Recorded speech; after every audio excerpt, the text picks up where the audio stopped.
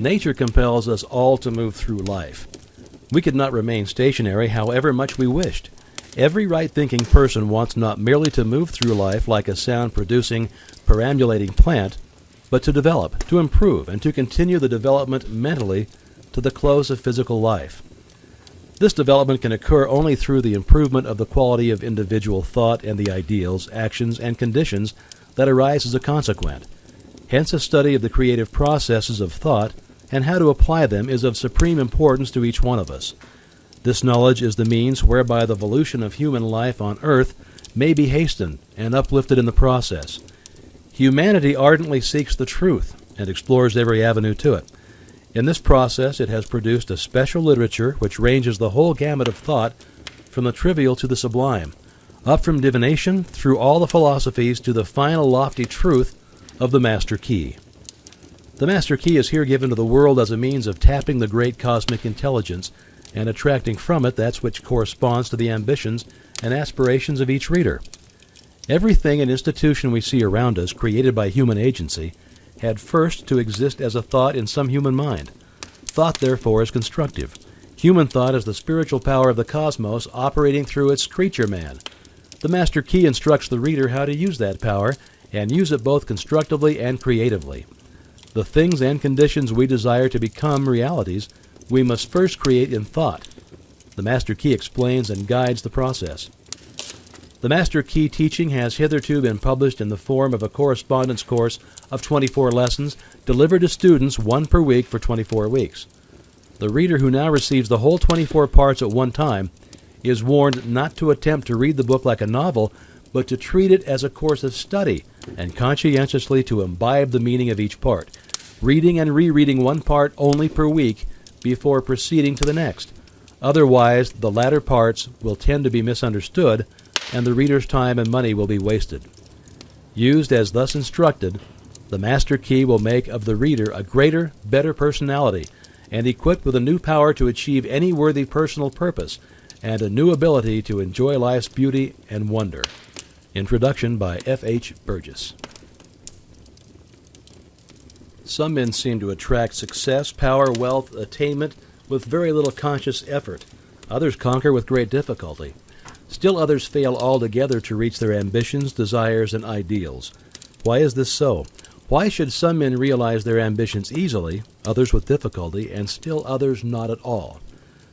The cause cannot be physical, else the most perfect men physically would be the most successful.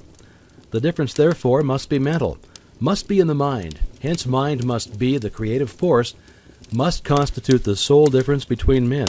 It is mind, therefore, which overcomes environment and every other obstacle in the path of man. When the creative power of thought is fully understood, its effect will be seen to be marvelous. But such results cannot be secured without proper application, diligence, and concentration.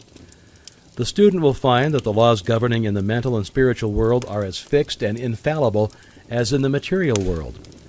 To secure the desired results, then, it is necessary to know the law and to comply with it. A proper compliance with the law will be found to produce the desired result with invariable exactitude. The student who learns that power comes from within, that he is weak only because he has depended on help from the outside, and who unhesitatingly throws himself on his own thought, instantly rights himself, stands erect, assumes a dominant attitude, and works miracles.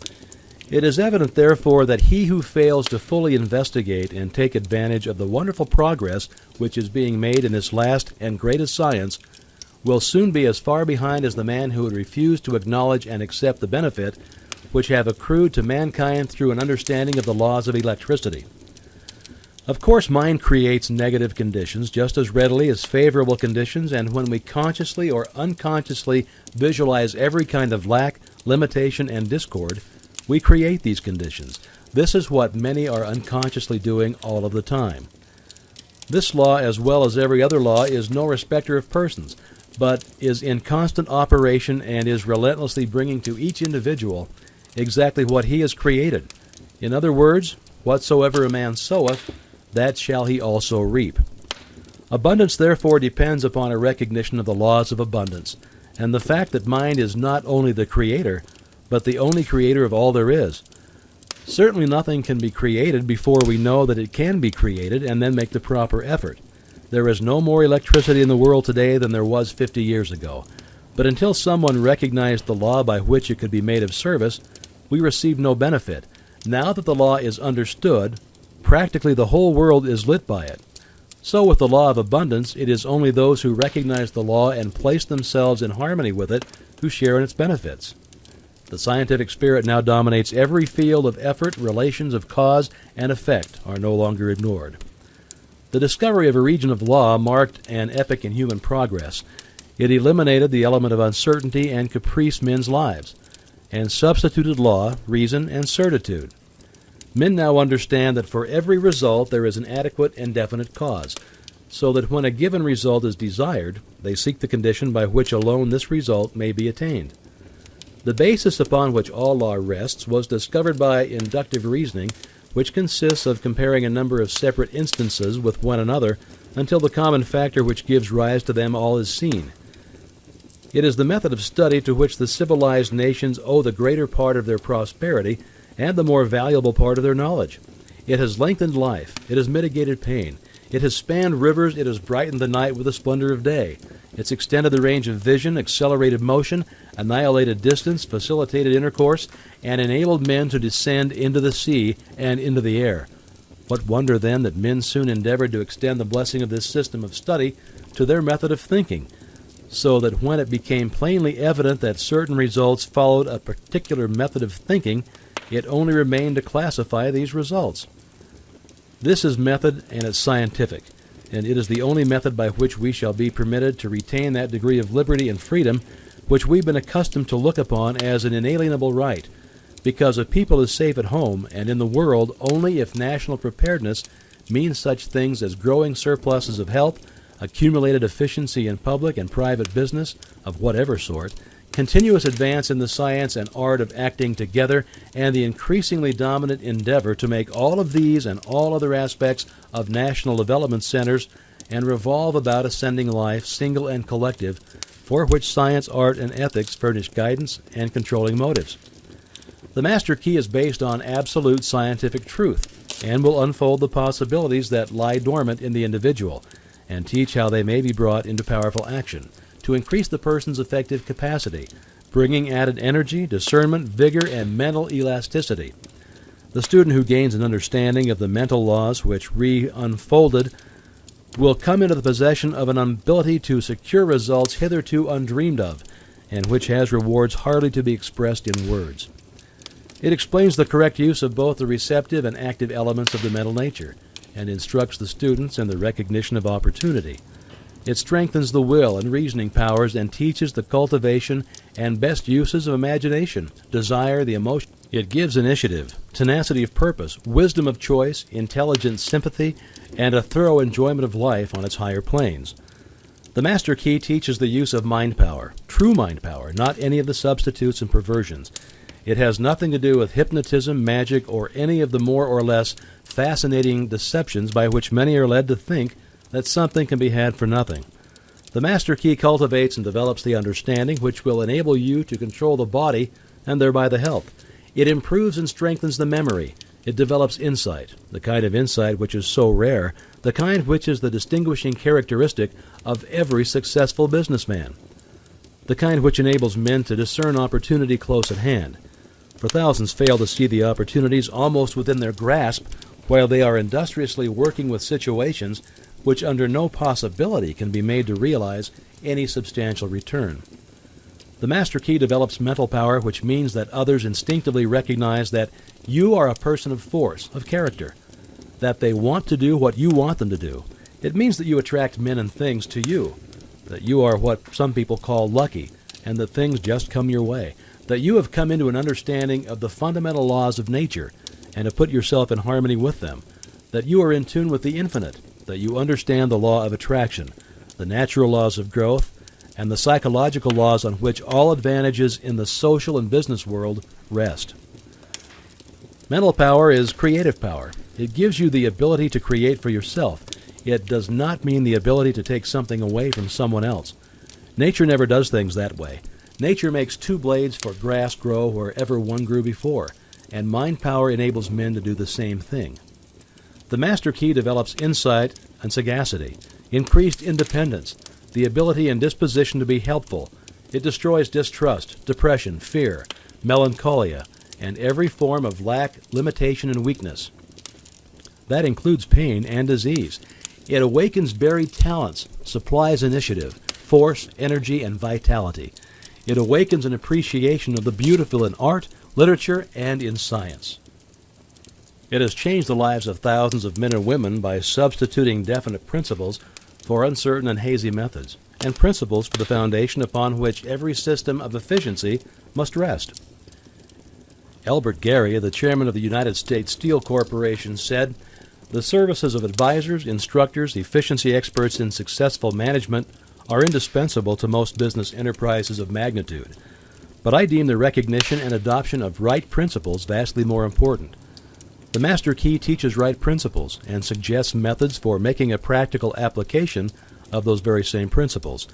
In that it differs from every other course of study, it teaches that the only possible value which can attach to any principle is in its application.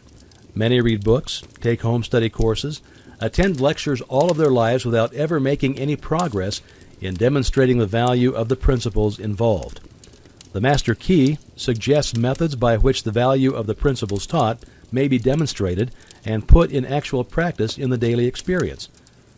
There is a change in the thought of the world. This change is silently transpiring in our midst and is more important than any which the world has undergone since the downfall of paganism. Science has of late made such vast discoveries, has revealed such an infinity of resources, has unveiled such enormous possibilities and such unsuspected forces, that scientific men more and more hesitate to affirm certain theories as established, and indubitably or to deny certain other theories as absurd or impossible. And so a new civilization is being born. Customs, creeds, and cruelty are passing. Vision, faith, and service are taking their place. The fetters of tradition are being melted off from humanity, and as the dross of materialism is being consumed, thought is being liberated, and truth is rising full-orbed before an astonished multitude.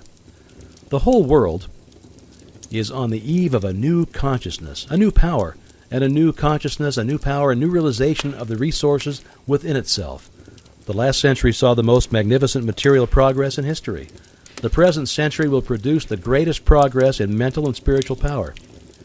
Physical science has resolved matter into molecules, molecules into atoms, and atoms into energy, and it has remained for Sir Ambrose Fleming, in an address before the Royal Institution, to resolve this energy into mind. He says, in its ultimate essence, energy may be incomprehensible by us, except as an exhibition of the direct operation of that which we call mind or will. Now let's see what are the most powerful forces in nature.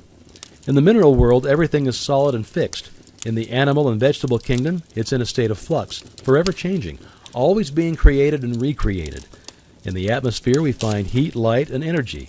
Each realm becomes finer and more spiritual as we pass from the visible to the invisible, from the coarse to the fine, from the low potentiality to high potential. When we reach the invisible, we find energy in its purest and most volatile state. And as the most powerful forces of nature are the invisible forces, so we find that the most powerful forces of man are his invisible forces, his spiritual force. And the only way in which the spiritual force can manifest is through the process of thinking. Thinking is the only activity which the Spirit possesses, and thought is the only product of thinking. Addition and subtraction are therefore a spiritual transaction. Reasoning is a spiritual process. Ideas are spiritual conceptions. Questions are spiritual searchlights. And logic, argument, and philosophy is spiritual machinery. Every thought brings into action certain physical tissue, parts of the brain, nerve, or muscle. This produces an actual physical change in the construction of the tissue. Therefore, it is only necessary to have a certain number of thoughts on a given subject in order to bring about a complete change in the physical organization of a man. This is the process by which failure is changed to success. Thoughts of courage, power, inspiration, harmony are substituted for thoughts of failure, despair, lack, limitation, and discord.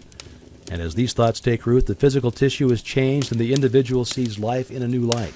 Old things have actually passed away. All things have become new. He is born again, this time born of the Spirit. Life has a new meaning for him. He is reconstructed and is filled with joy, confidence, hope, and energy. He sees opportunities to success to which he was heretofore blind. He recognizes possibilities which before had no meaning for him.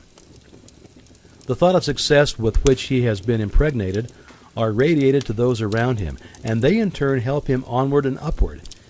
He attracts to him new and successful associates, and this in turn changes his environment, so that by this simple exercise of thought, a man changes not only himself, but his environment, circumstances, and conditions.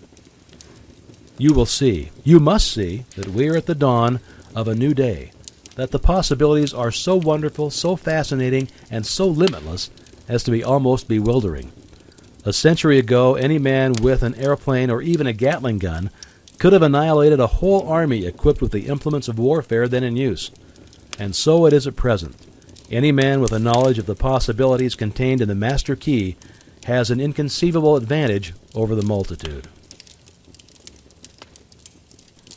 The Master Key System. It is my privilege to enclose herewith Part 1 of the Master Key System. Would you bring into your life more power to get the power consciousness, more health to get the health consciousness, more happiness, get the happiness consciousness? Live the spirit of these things until they become yours by right. It will then become impossible to keep them from you. The things of the world are fluid to a power within man by which he rules them. You need not acquire this power. You already have it. But you want to understand it. You want to use it. You want to control it. You want to impregnate yourself with it so that you can go forward and carry the world before you.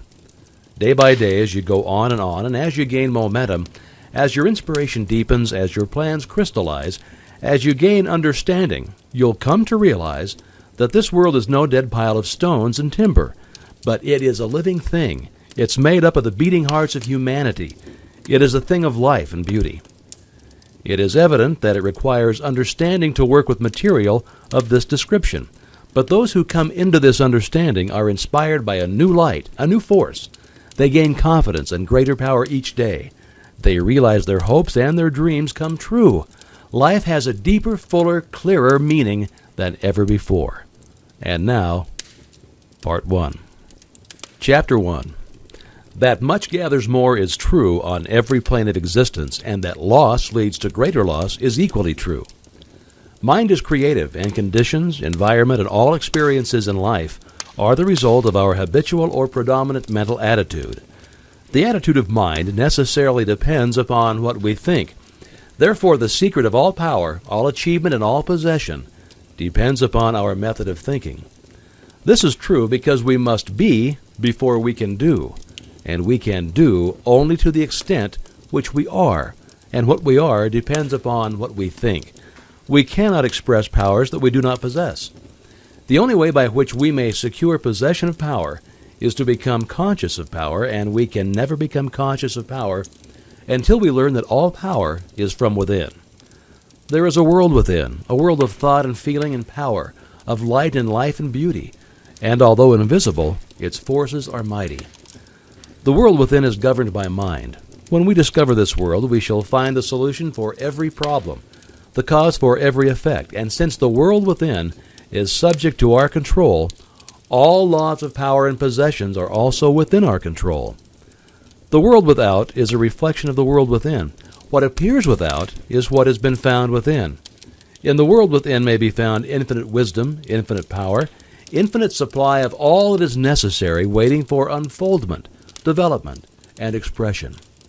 If we recognize these potentialities in the world within, they will take form in the world without. Harmony in the world within will be reflected in the world without by harmonious conditions, agreeable surroundings, the best of everything. It's the foundation of health and a necessary essential to all greatness, all power, all attainment, all achievement, and all success. Harmony in the world within means the ability to control our thoughts and to determine for ourselves how any experience is to affect us. Harmony in the world within results in optimism and affluence. Affluence within results in affluence without. The world without reflects the circumstances and the conditions of the consciousness within. If we find wisdom in the world within, we shall have the understanding to discern the marvelous possibilities that are latent in the world within, and we shall be given the power to make these possibilities manifest in the world without. As we become conscious of the wisdom in the world within, we mentally take possession of this wisdom, and by taking mental possession, we come into actual possession of the power and wisdom necessary to bring into manifestation the essentials necessary for our most complete and harmonious development. The world within is the practical world in which the men and women of power generate courage, hope, enthusiasm, confidence, trust, and faith, by which they are given the fine intelligence to see the vision and the practical skill to make that vision real. Life is an unfoldment, not accretion. What comes to us in the world without is what we already possess in the world within. All possession is based on consciousness. All gain is the result of an accumulative consciousness. All loss is the result of a scattering consciousness. Mental efficiency is contingent upon harmony. Discord means confusion. Therefore, he who would acquire power must be in harmony with natural law. We are related to the world without by the objective mind. The brain is the organ of this mind, and the cerebrospinal system of nerves puts us in conscious communication with every part of the body. This system of nerves responds to every sensation of light, heat, odor, sound, and taste.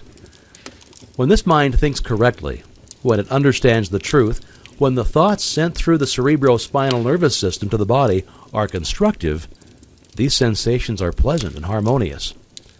The result is that we build strength, vitality, and all constructive forces into our body.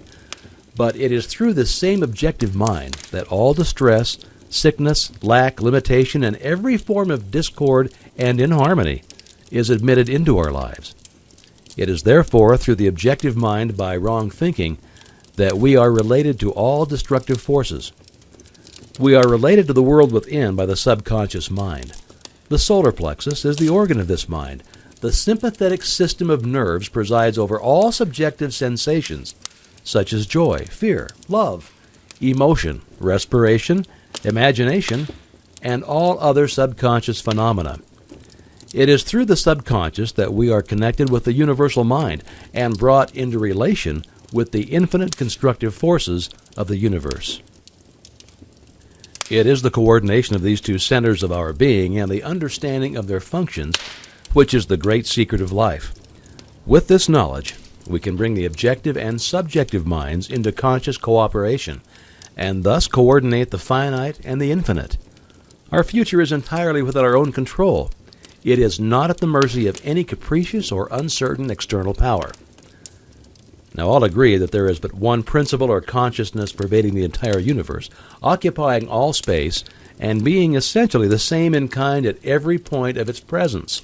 It is all-powerful, all wisdom and always present. All thoughts and things are within itself. It is all in all. There is but one consciousness in the universe able to think, and when it thinks, its thoughts become objective things to do. As this consciousness is omnipresent, it must be present within every individual. Each individual must be a manifestation of that omnipotent, omniscient, and omnipresent consciousness. As there is only one consciousness in the universe that is able to think it, necessarily follows that your consciousness is identical with the universal consciousness. Or in other words, all mind is one mind. There is no dodging this conclusion.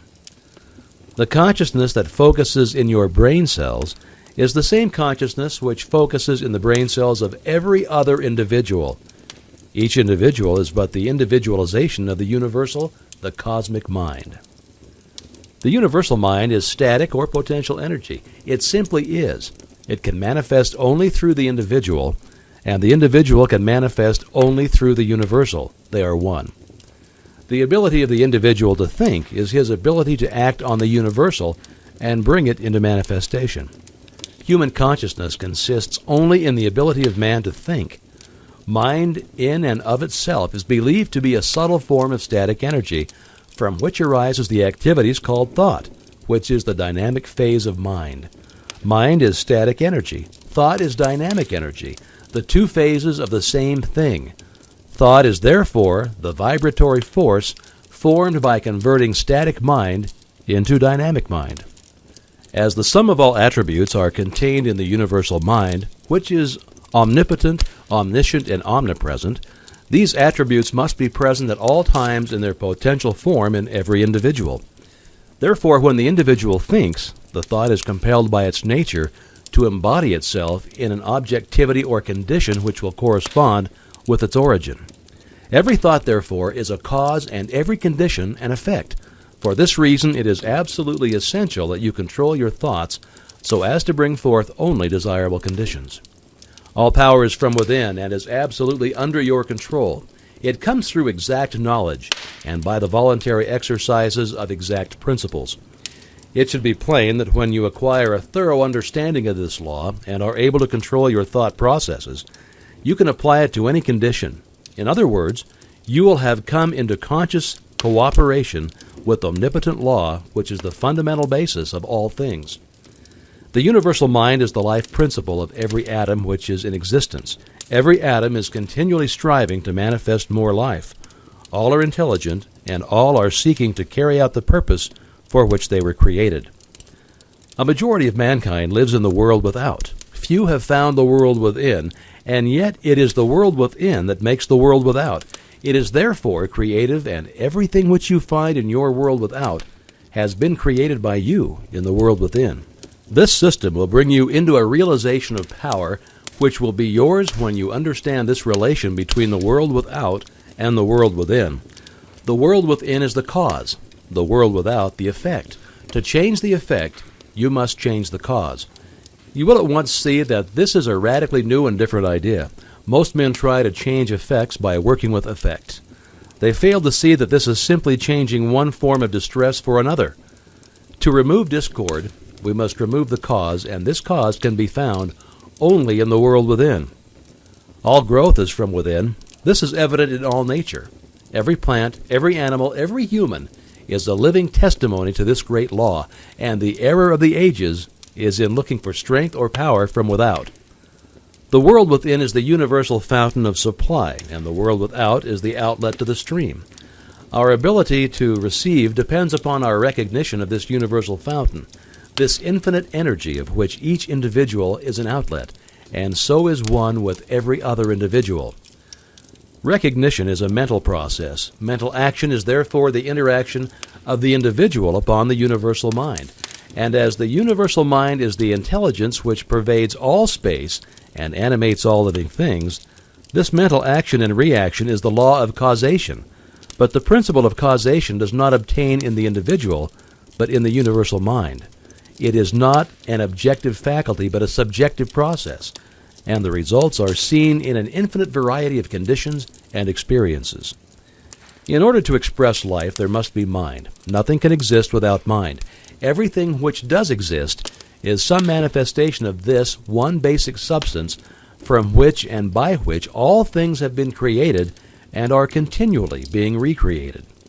We live in a fathomless sea of plastic mind substance. This substance is ever alive and active. It is sensitive to the highest degree. It takes form according to the mental demand. Thought forms the mold or matrix from which the substance expresses.